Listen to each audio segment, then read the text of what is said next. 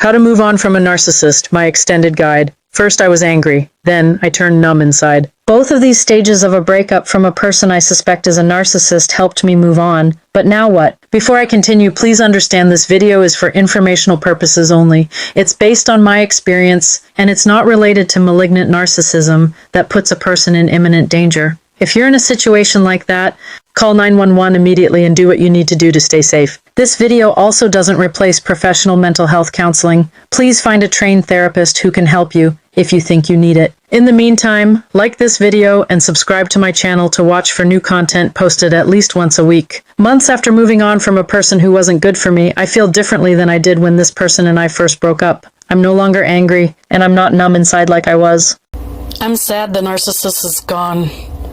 I didn't think I would be, but I am. Explain that one. I hardly recall a day when this person was nice to me. I was always criticized.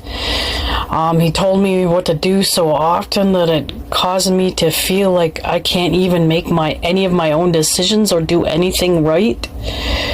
But all of a sudden, after months of not seeing this person, I miss him.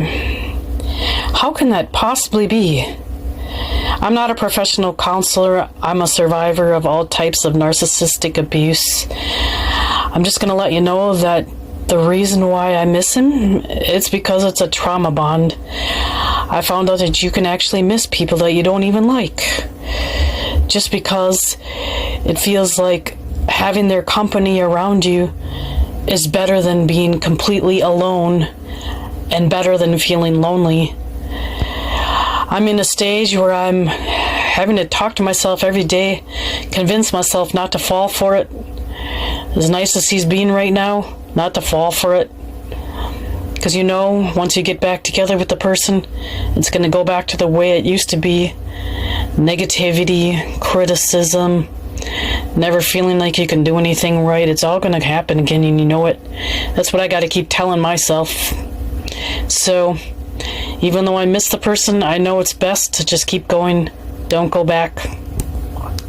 The reason you might miss someone, even if that person isn't right for you. I did mention trauma bond. It's a type of emotional attachment that can keep you hooked on a person who's not good or right for you. This person may be a narcissist or just extremely annoying or controlling, or is just simply someone who's not a positive force in your life. When I say not a positive force, to me, that's when you're in a situation where there's more arguing than peace. I decided I don't want to live like that, and you shouldn't have to either. That doesn't change how you feel, however. Even if the relationship you were in was not a healthy one, you may miss positive aspects of it, such as the person's sense of humor when they're not using their jokes to insult you. Perhaps you had certain hobbies in common, like playing open mic at a cafe or pub.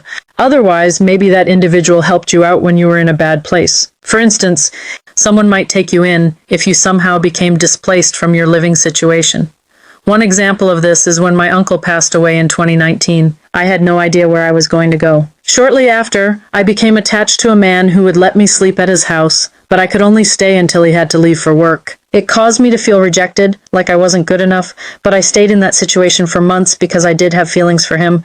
A similar thing happened to me after I realized it was time to leave my mom's house in 2024. I stayed with her for more than a year after my stepdad died, but then I realized it was time for me to go. I don't want to get into the dynamics of that right now, but I felt devastated and rejected when I had to leave. Feelings of devastation and rejection left me desperate for approval.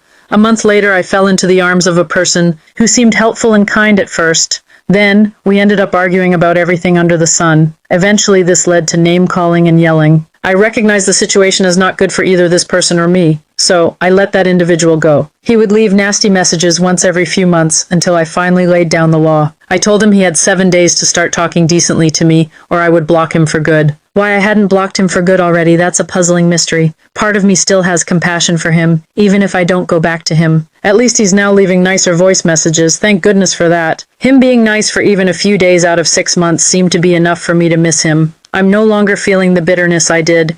I forgave him, but does that mean I should go back to him? When you miss the narcissist, remind yourself why you broke up in the first place. Maybe the person never said they were sorry, or if they did, it was always with a condition of, I'm sorry you feel that way, I'm sorry that you were offended. or some other similar phrase. They don't remind yourself that they don't take responsibility. They don't take accountability for anything they've said or done. When you remember that, you can forgive them, but don't go back to them.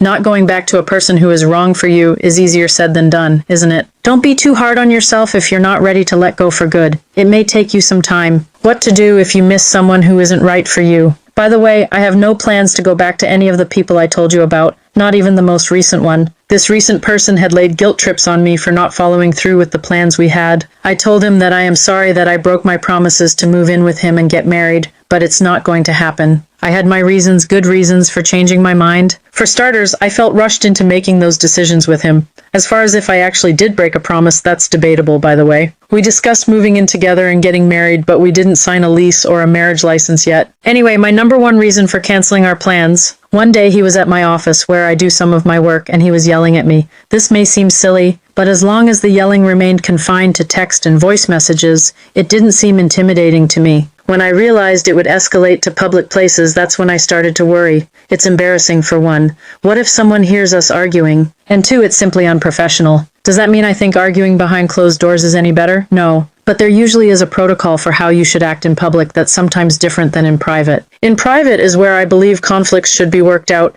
unless you both agree to allow a third person to intervene. I don't ever want innocent bystanders to have to hear me arguing with a significant other on business property. It's uncalled for. I also wouldn't want neighbors to hear it either, which is one reason I decided not to get a place with him. That, and the fear of feeling trapped in an unhealthy situation. My number one suggestion for when you miss the narcissist or any type of person who's not right for you is this. Remind yourself why you broke up. Write the reasons down and refer to them often. If the person doesn't have access to your place, stick those reasons you broke up on a mirror. This doesn't mean you're holding a grudge. Besides, it's kind of hard to have sad feelings and miss someone if you haven't forgiven them, right?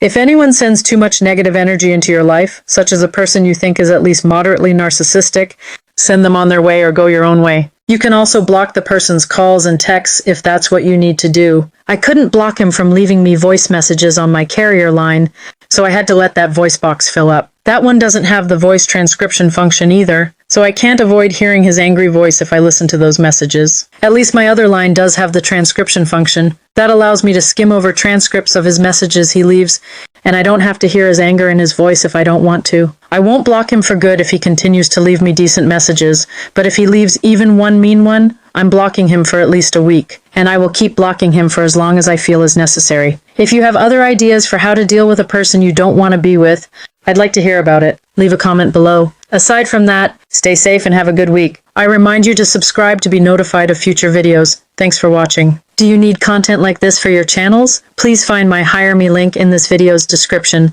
Also, go to the description to learn more about how this video was made.